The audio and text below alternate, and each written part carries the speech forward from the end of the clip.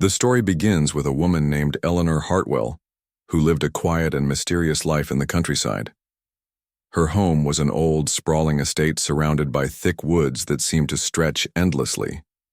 The trees were so dense that sunlight barely filtered through, casting long shadows across the ground.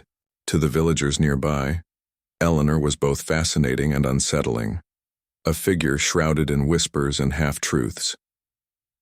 Eleanor rarely ventured into town, but when she did, people couldn't help but notice her peculiar appearance. She wore flowing dresses made of fabrics no one had ever seen before, adorned with intricate patterns resembling vines and leaves.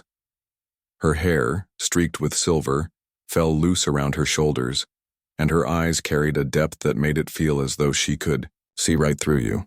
Some said she looked like someone from another time, or perhaps another world altogether. Despite her strange demeanor, Eleanor wasn't unkind. In fact, many villagers sought her out for help. She had an uncanny ability to heal ailments using herbs and remedies they'd never heard of. Whether it was curing a persistent cough or soothing a fever, Eleanor's treatments worked wonders. But there was always something odd about her methods. She would mumble under her breath while mixing potions, her lips moving in what looked like silent prayers or chants. Sometimes she'd ask for unusual items in exchange for her services: a handful of soil from beneath an oak tree, a feather plucked from a crow, or even drops of rainwater collected during a thunderstorm. No one dared question her requests, fearing they might offend her. What truly kept the villagers at arm's length, however, was the crypt on her property. It stood at the edge of the woods, hidden behind overgrown bushes and gnarled roots. The stone structure was ancient, its surface covered in moss and strange carvings that resembled twisting serpents. No one knew who else was buried there besides Eleanor's ancestors, and no one dared to find out. Locals avoided the area entirely, believing it to be cursed. Children were warned never to play near the woods, and travelers passing through the region were advised to stick to the main roads. Rumors swirled about Eleanor's connection to the crypt. Some claimed she visited it every night, carrying candles that burned with unnatural flames. Others swore they'd seen lights flickering inside the tomb late at night, accompanied by soft chanting. A few bold souls tried to sneak closer to investigate, but always returned pale and shaken, refusing to speak of what they'd witnessed. Over time, these stories grew more exaggerated, painting Eleanor as everything from a witch to a guardian of forgotten secrets. Yet, despite all the speculation, Eleanor herself remained enigmatic. She didn't encourage gossip, nor did she try to dispel it. Instead, she went about her days tending to her garden, which thrived unlike any other in the region. Her flowers bloomed vibrantly, even in the harshest winters, and her fruit trees bore bountiful harvests year after year. Animals seemed drawn to her too. Birds perched on her windowsills, deer grazed near her fence, and once someone swore they saw a fox curl up at her feet like a loyal pet. Her reclusiveness only added to the mystery. Neighbors invited her to festivals and gatherings, but she politely declined every time. On the rare occasions she appeared in public, she spoke little, offering only brief smiles or nods. This aloofness left most people unsure how to feel about her. Was she protecting them with her knowledge, or was she hiding something dangerous? No one could say for sure. One thing was certain, though. Eleanor's presence had an undeniable effect on the land around her. The air near her estate felt different, cleaner, heavier, alive with energy. Crops grown nearby yielded better results, and livestock raised in the vicinity seemed healthier than those elsewhere. Even the weather behaved strangely. Storms that ravaged neighboring areas often bypassed Eleanor's property entirely. These phenomena fueled even more theories about her powers, though no one could prove anything concrete. As years passed, Eleanor aged gracefully, her movements slowing, but her aura remaining as commanding as ever. She continued her solitary existence, seemingly content with her routines and rituals. Yet deep down, some wondered if loneliness weighed on her. After all, she had no family to speak of, at least none that anyone knew about. Occasionally, letters arrived at her doorstep, written in elegant handwriting, but she never mentioned their contents. Whatever ties she still held to the outside world remained a mystery. And so, Eleanor Hartwell became a fixture of the countryside, a woman whose life was woven into legends yet whose true nature remained elusive. People accepted her quirks because she brought blessings, albeit in ways they couldn't fully understand. They told stories about her around campfires, speculated about her origins, and marveled at the strange beauty of her home.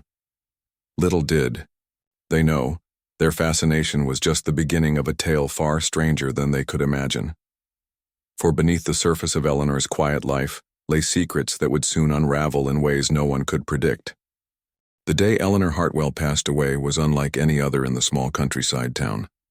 News of her death spread quickly, carried by whispers that traveled faster than the wind through the narrow streets and cobblestone alleys. No one knew exactly how she had died.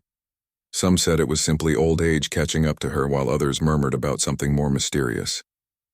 Whatever the cause, the entire community felt its impact, as if a thread holding their world together had snapped. The funeral was scheduled to take place 2 days later at the edge of Eleanor's property, near the crypt that loomed like a silent sentinel against the horizon. It wasn't a church burial.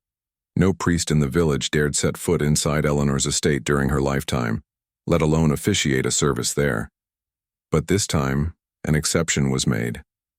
Father Thomas, the local clergyman known for his kind heart and steady demeanor, agreed to lead the ceremony despite his reservations. He arrived early that morning, clutching his Bible tightly and glancing nervously at the towering trees that surrounded him. As mourners began to gather, an unusual heaviness settled over the area. The air felt thick, almost suffocating, and the usual sounds of nature seemed absent. Birds which normally chirped cheerfully at dawn were nowhere to be heard. Even the rustling of leaves was muted, as though the forest itself was holding its breath. People exchanged uneasy glances but said nothing, unwilling to voice their discomfort aloud. Perhaps it was just the weight of the occasion, they told themselves. Or perhaps it was something else entirely. Eleanor's coffin rested on a raised platform beneath a canopy of dark green fabric, draped carefully to shield it from the sun. The casket itself was simple yet striking, a polished wooden box adorned with carvings of twisting vines and flowers. It looked too beautiful to belong to someone who had lived such a solitary life. When Father Thomas approached it, he hesitated before speaking. Something about the scene unsettled him, though he couldn't pinpoint why. The faint scent of earth and herbs lingered in the air, reminiscent of Eleanor's garden, but there was also an underlying sharpness, like the tang of metal. One by one, villagers stepped forward to pay their respects. Some brought flowers, placing them gently beside the coffin. Others stood silently, heads bowed, remembering the times Eleanor had helped them when doctors and medicine failed. Clara Bennett, Eleanor's estranged niece, arrived late, her face pale and drawn. She hadn't seen her aunt in years, not since she left the countryside for the city as a teenager. Now, standing before the casket, she felt a pang of guilt mixed with curiosity. What secrets had Eleanor kept hidden all these years? And why had she called Clara back now, leaving behind only a cryptic letter? Father Thomas cleared his throat, signaling the start of the service. His voice trembled slightly as he began reciting prayers, each word echoing softly in the stillness. The mourners listened intently, though their minds wandered. They thought of the stories they'd heard about Eleanor, the tales of her healing powers, the rumors of rituals performed under moonlight, the warnings to stay away from the crypt. None of it seemed real until now, standing here in the shadow of her final resting place. Then, without warning, strange things started happening. First, the flowers placed around the coffin began to wilt. Their vibrant petals turned brown and crumbled to dust, leaving behind empty stems that swayed eerily in the non-existent breeze. Next came the temperature drop. A sudden chill swept through the crowd, sending shivers down their spines. People pulled their coats tighter, looking around in confusion. Was this some trick of the weather? Or was it something darker? Father Thomas paused mid-prayer, gripping the edges of his Bible. His eyes darted toward the coffin where a faint movement caught his attention. At first, he thought it was a trick of the light, a reflection maybe, or a stray insect crawling across the wood. But then the movement grew more pronounced, unmistakable, A low hissing sound filled the air, soft yet piercing, causing several people to gasp audibly. Before anyone could react, a massive snake emerged from within the coffin. Its body coiled fluidly around the casket, golden scales shimmering like sunlight on water. Its head rose high above the crowd, eyes glowing with an intensity that froze everyone in place. For a moment, time seemed to stop. No one moved. No one spoke. The snake's presence was both mesmerizing and terrifying, commanding attention in a way words never could. Panic erupted almost instantly. Women screamed, children cried, and men stumbled backward, tripping over each other in their haste to escape. Some ran blindly into the woods while others collapsed to their knees, praying fervently. Father Thomas dropped his Bible, crossing himself repeatedly as he backed away from the scene. Only Clara remained rooted to the spot, her wide eyes locked onto the serpent. There was something familiar about it, though she couldn't explain why. Instead of fear, she felt a strange sense of calm wash over her, as if the snake recognized her, or perhaps as if she recognized it. The snake didn't attack. It didn't lunge or strike. Instead, it wrapped itself protectively around Eleanor's body, its movements deliberate and graceful. The hissing softened, becoming almost melodic, blending with the rustle of leaves overhead. Despite the chaos unfolding around her, Clara found herself stepping closer, drawn inexplicably to the creature. Her heart pounded in her chest, but her steps were steady. She reached out tentatively, her fingers hovering inches away from the snake's gleaming scales. "What are you?"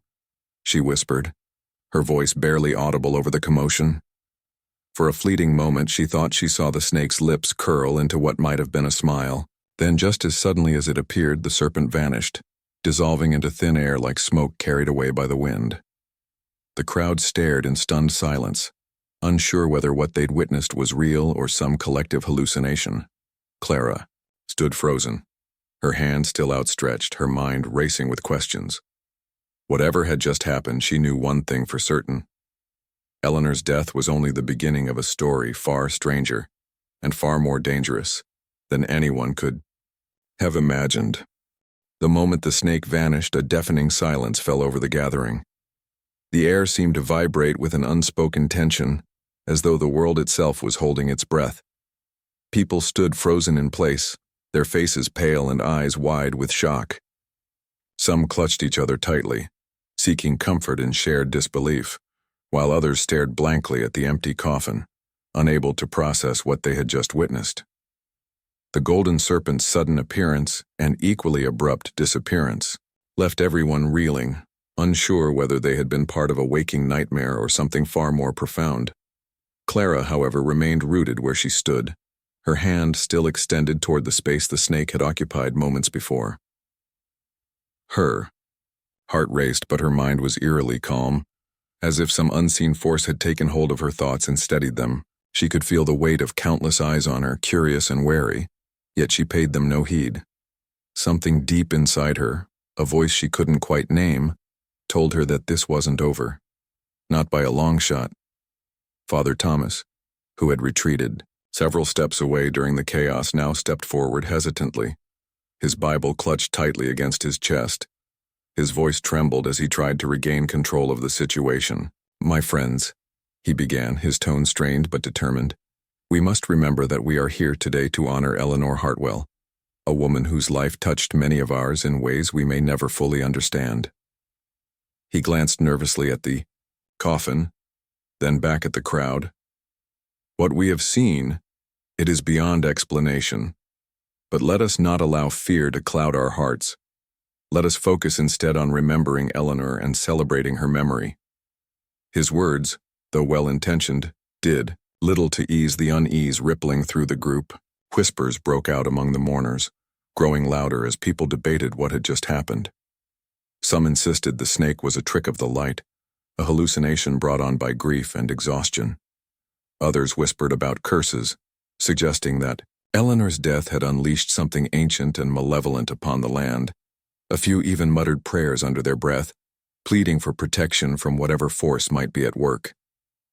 Amidst the murmurs, Clara felt a tug at the edge of her, consciousness faint but insistent. It was as though someone, or something, was calling to her, urging her to act. Slowly, she turned her gaze back to the coffin, her eyes scanning the intricate carvings etched into its surface. The designs, which she had initially dismissed as mere decoration, now seemed alive, pulsing with a quiet energy that resonated within her. She noticed details she hadn't seen before. Tiny symbols hidden among the vines, patterns that almost resembled writing, though the language was unfamiliar. Her feet moved without conscious thought, carrying her closer to the casket. The crowd parted instinctively, creating a path for her as though they were afraid to touch her, or perhaps afraid of what she might do next. Clara barely registered their reactions. Her focus was entirely on the coffin and the strange pull, drawing her nearer. When she finally stood beside it, she reached out tentatively, her fingers brushing against the smooth wood. The sensation was electric, sending a jolt through her body that made her gasp softly. "What are you doing?" a voice called out sharply, breaking the spell momentarily. It was Mrs. Hargrove, an elderly woman who had lived near Eleanor's estate for decades. Her wrinkled face was pinched with concern, and her hands fluttered anxiously at her sides. "You shouldn't be touching that. Who knows what kind of curse?" "Enough!" Clara snapped, surprising even herself with the sharpness of her tone. She straightened, her shoulders squared as she faced the crowd. "This isn't a curse," she said firmly, though she wasn't entirely sure why she believed it. "Whatever just happened, it's connected to Aunt Eleanor. I can feel it." The crowd fell silent again, staring at her with a mixture of awe and skepticism. Clara ignored their scrutiny, her attention returning to the coffin. She leaned in closer, examining the carvings more intently. As she traced her fingers along one of the symbols, a warmth spread through her palm, followed by a soft glow emanating from beneath the wood.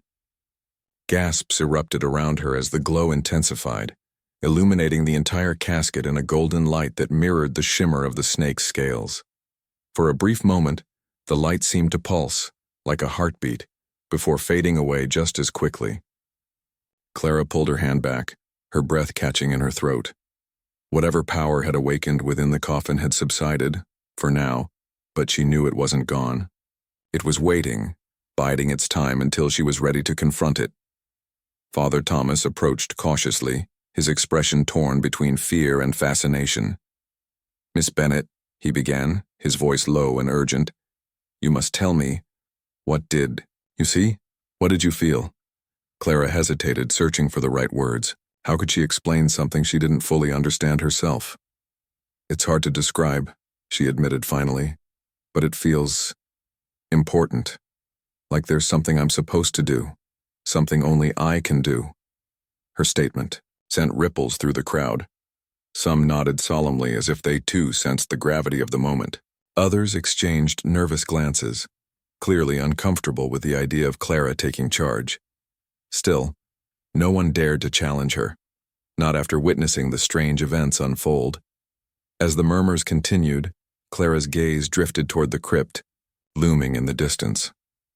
Its stone facade was weathered and cracked, covered in moss and ivy that seemed to writhe gently in the breeze. The carvings of serpents adorning its entrance appeared almost lifelike, their forms coiled and poised as if ready to strike. Clara felt another tug at the edge of her mind, stronger this time, urging her to investigate further. "I need to go inside," she announced suddenly, turning to face the group. Her declaration was met with immediate protests. "You can't," cried Mrs. Hargrove, clutching her shawl tightly around her shoulders. "That place is cursed. No one goes near it." "It's dangerous," another villager chimed in, shaking his head emphatically. "Eleanor always warned us to stay away. Said terrible things would happen if anyone disturbed it." Clara listened patiently, letting their fears wash over her without responding. When the voices died down, she spoke calmly but with unwavering resolve. "I don't care about warnings or curses," she said. "Aunt Eleanor spent her life protecting this land, and maybe protecting all of us. If there's something inside that crypt meant for me to find, I have to see it through, for her sake and for ours. Her words silenced the crowd once more. Though many still looked apprehensive, a few nodded in reluctant agreement. They might not understand what was happening, but they trusted Eleanor, and by extension, they were willing to trust Clara. With that, Clara turned and began walking toward the crypt, her steps steady despite the knot of anxiety tightening in her stomach. Behind her, the villagers watched in stunned silence, unsure whether they were witnessing bravery or madness. Either way, they knew one thing for certain. Whatever secrets lay hidden within those ancient stones, they were about to come to light, and nothing would ever be the same again. Clara's journey toward the crypt felt like stepping into another world. The air grew heavier with each step she took, thick with the scent of damp earth and decaying leaves. Shadows stretched long across the ground, cast by the towering trees that loomed overhead. Their gnarled branches twisted together, forming a canopy so dense it blocked out most of the sunlight. It was as though the forest itself had conspired to keep intruders away, or perhaps to guard whatever secrets lay within the ancient stone structure. As Clara approached the entrance, her heart pounded in her chest, a mix of fear and determination coursing through her veins. She paused for a moment, staring up at the crypt's weathered facade. The carvings of serpents seemed even more lifelike up close, their coiled forms etched deeply into the stone. Tiny cracks spiderwebbed across the surface, giving it an almost skeletal appearance. Vines clung stubbornly to its walls, their tendrils curling around the edges like fingers trying to hold on. Despite its age and neglect, there was something undeniably powerful about the place, as if it were alive and watching her every move. Taking a deep breath, Clara reached out and pushed open the heavy iron door. It groaned loudly as it swung inward, the sound echoing ominously through the stillness. A rush of cool, musty air greeted her, carrying with it the faint scent of herbs and something metallic, like blood or rust. She hesitated briefly before stepping inside, her eyes adjusting slowly to the dim light. The interior was smaller than she expected, but no less imposing. Stone shelves lined the walls, each holding urns and relics covered in layers of dust. In the center of the room stood a pedestal, its surface smooth and polished despite the decay surrounding it. On top of the pedestal rested an object wrapped in faded cloth. Clara moved closer, her footsteps muffled by the soft layer of dirt covering the floor. Her pulse quickened as she reached out and carefully unwrapped the fabric, revealing what lay beneath. A leather-bound journal, its cover embossed with intricate patterns resembling vines and flowers, the same design she'd seen on Eleanor's coffin. For a moment she simply stared at it, her mind racing with questions. Was this why she had been drawn here? What secrets did these pages hold? With trembling hands, Clara opened the journal. The first page was filled with elegant handwriting, the ink slightly faded but still legible. At the top, written in bold letters, were the words, "For Clara." Her breath caught in her throat. This wasn't just a random artifact, it was meant for her.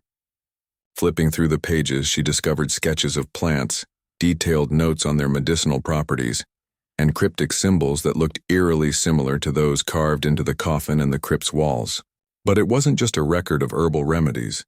It was also a diary, chronicling moments from Eleanor's life that Clara had never known about. She read passages describing how Eleanor had inherited her role as a protector of balance between nature and humanity, a duty passed down through generations of women in their family.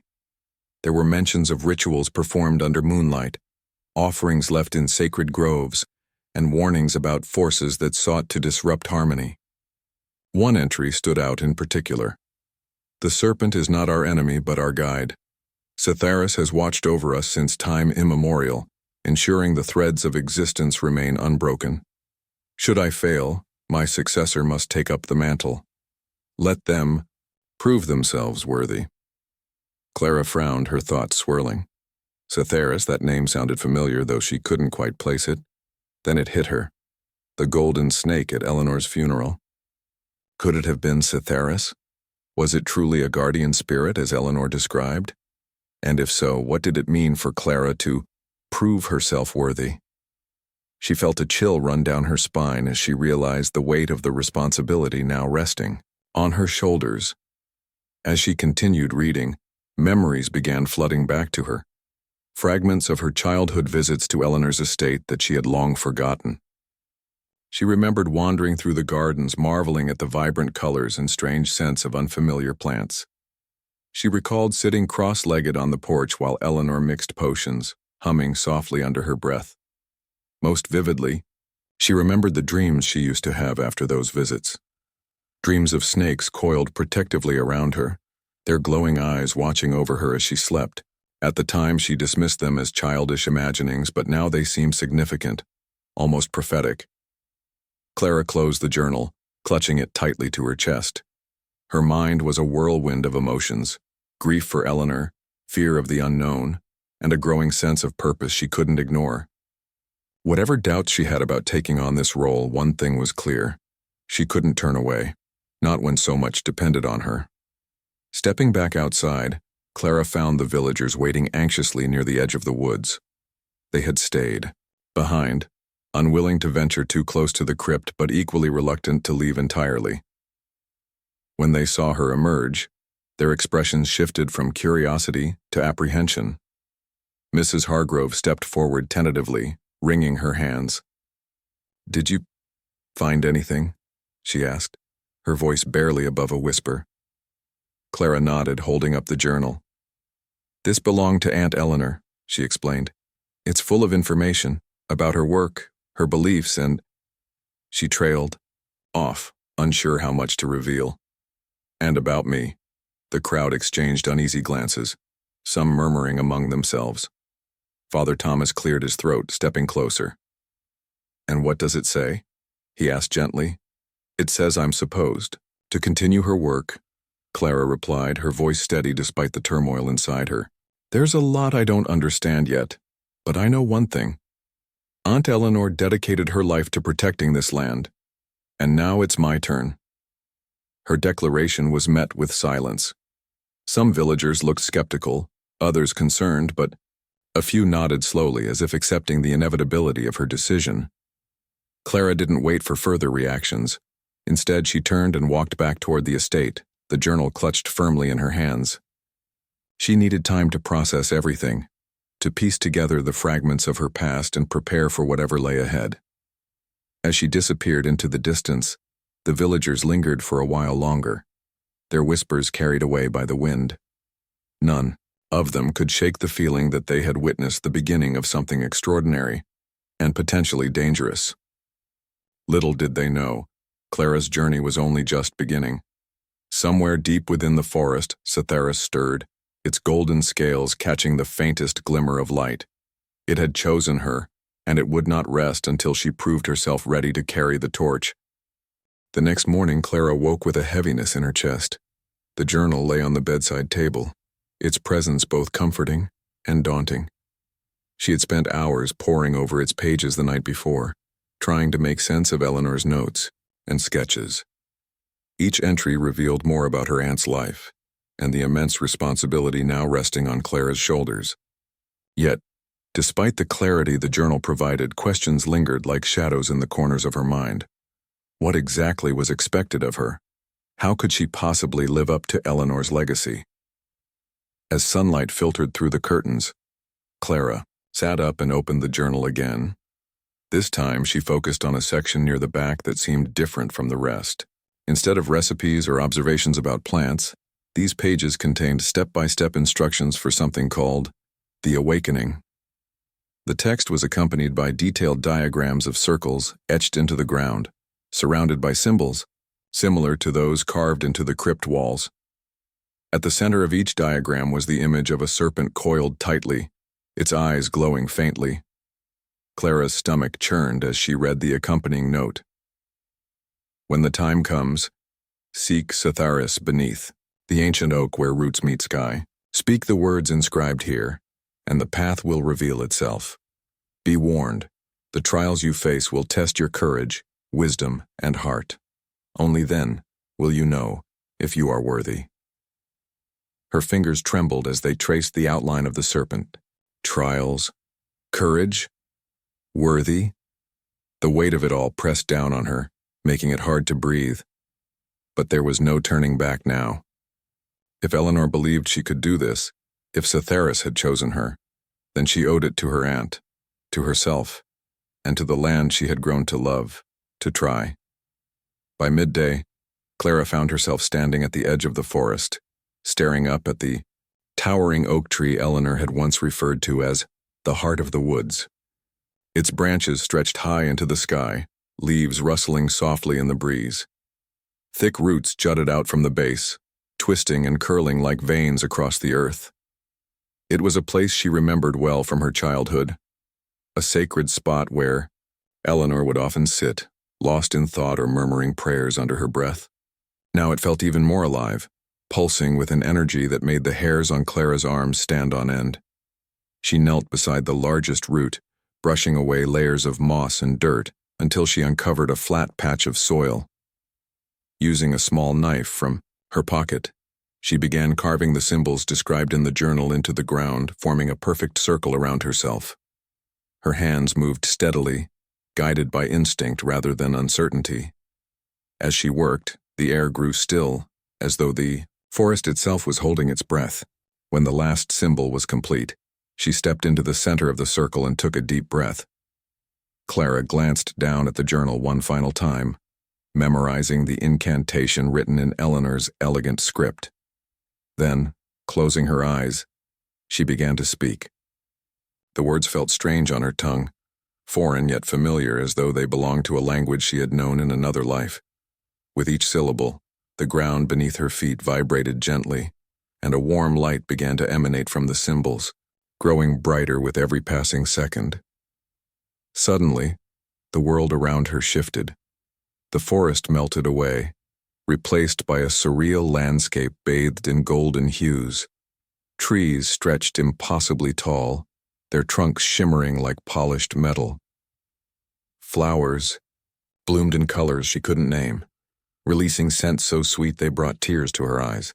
And there, coiled majestically before her, was Cytheris, the golden snake from Eleanor's funeral.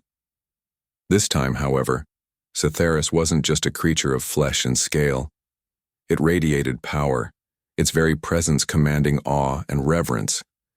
Its eyes glowed with an inner fire, piercing through Clara's soul as if reading her deepest thoughts. For a moment she froze, overwhelmed by the sheer magnitude of what stood before her. Then slowly, Cytheris uncoiled and slithered closer, stopping mere inches from her feet.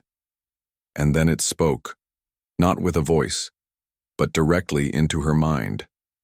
You have been summoned, Clara Bennett, to take your place as guardian of balance. Eleanor chose wisely, but the choice is not hers alone. You must prove yourself worthy. Clara swallowed hard, her throat dry. What? What do I need to do? She asked, her voice trembling. Cytheris didn't answer immediately. Instead, it raised its head slightly, its gaze never leaving hers. 3 trials await you. Each will challenge a part of your being. Fail, and the consequences will ripple far beyond yourself. Succeed, and you will inherit Eleanor's mantle. Are you prepared? Clara hesitated, fear clawing at the edges of her resolve. She wanted to say no, to run back to the safety of her old life. But she knew she couldn't. Not after everything she had learned. Taking a shaky breath, she nodded. I'm ready. Without warning, the golden landscape dissolved, plunging Clara into darkness. When the world reformed around her, she found herself standing in the middle of a dense thicket. Thorny vines snaked across the ground, their sharp edges glinting menacingly in the dim light. In the distance, a faint cry echoed, a child's voice, filled with terror. Clara's instincts screamed at her to move, to find the source of the sound. Pushing aside her fear, she waded through the thorny underbrush, ignoring the scratches that stung her skin. The cries grew louder as she approached, leading her to a clearing where a young girl stood trapped beneath a fallen tree branch. Tears streamed down the child's face as she struggled futilely to free herself. "Hold on," Clara called out, rushing forward. She grabbed hold of the heavy branch and pulled with all her strength. Pain shot through her arms, but she refused to give up. Finally, with a groan of effort, the branch shifted enough for the girl to scramble free. But as soon as the child stood, her form shimmered and changed. Where a frightened girl had once stood, there now appeared a shadowy figure cloaked in darkness. It laughed, a cold, hollow sound, and lunged toward Clara. Instinctively, she ducked and rolled aside, narrowly avoiding its grasp. "You cannot save everyone," the figure hissed. "Some burdens are too great to bear." Clara clenched her fists, anger rising within her. "Maybe I can't save everyone," she shot back, "but I won't let fear stop me from trying." With that, she charged forward, tackling the shadowy figure. To her surprise, it dissolved into smoke upon contact, leaving behind only silence. The thicket faded away, and Clara found herself back in the Golden Realm, facing Sitharis once more. "Courage," the serpent said simply. "Trial 1 is complete." Before Clara could catch her breath, the scene shifted again. This time, she stood in a vast library, its shelves stretching endlessly in every direction. Books floated in midair, their pages flipping rapidly as if searching for something. A voice echoed through the space. "Find the truth, hidden within lies." Confused, Clara wandered among the shelves, scanning titles and skimming passages. Every book she opened contained contradictions, facts twisted into falsehoods, truths buried beneath layers of deception. Frustration mounted as she realized the task was impossible, until she noticed a single book lying on a pedestal at the center of the room. Approaching cautiously, she opened it to find blank pages. Doubt crept in, but then she remembered Eleanor's teachings. Sometimes, answers lie not in what is seen, but in what is felt. Closing her eyes, Clara placed her hand on the book and focused. Slowly, words began to appear, revealing a message. Truth is not always spoken. It is understood. The library dissolved, and Clara returned to Sitharis, who nodded approvingly. Wisdom. Trial 2 is complete. For the final trial, Clara found herself standing on a windswept cliff overlooking an endless sea. Waves crashed violently against jagged rocks below, sending spray high into the air. Ahead of her stood 2 figures. One was Eleanor, smiling warmly, while the other was a distorted version of herself, cold, bitter, and consumed by despair. "Choose," Sitharis commanded. "Who will you follow?" Clara hesitated, torn between the comfort of familiarity and the harsh reality of self-reflection. But as she looked into the eyes of her darker self, she saw the pain and regret hidden beneath the surface. Compassion welled up within her, and she extended a hand. "I choose neither," she said firmly. "I choose to heal." The dark figure crumbled into dust, and Eleanor faded away, leaving Clara alone with Sitharis. "Heart," the serpent declared, "you have proven yourself worthy." As the Golden Realm dissolved around her, Clara felt a surge of warmth flood her body. When she opened her eyes, she was back beneath the ancient oak, the circle of symbols glowing faintly around her. Sitharis. Coiled at her feet, its expression unreadable. "Your journey has only begun," it said, "but you are no longer alone." And with that, the serpent vanished, leaving Clara standing in the quiet embrace of the forest, ready to face whatever challenges lay ahead.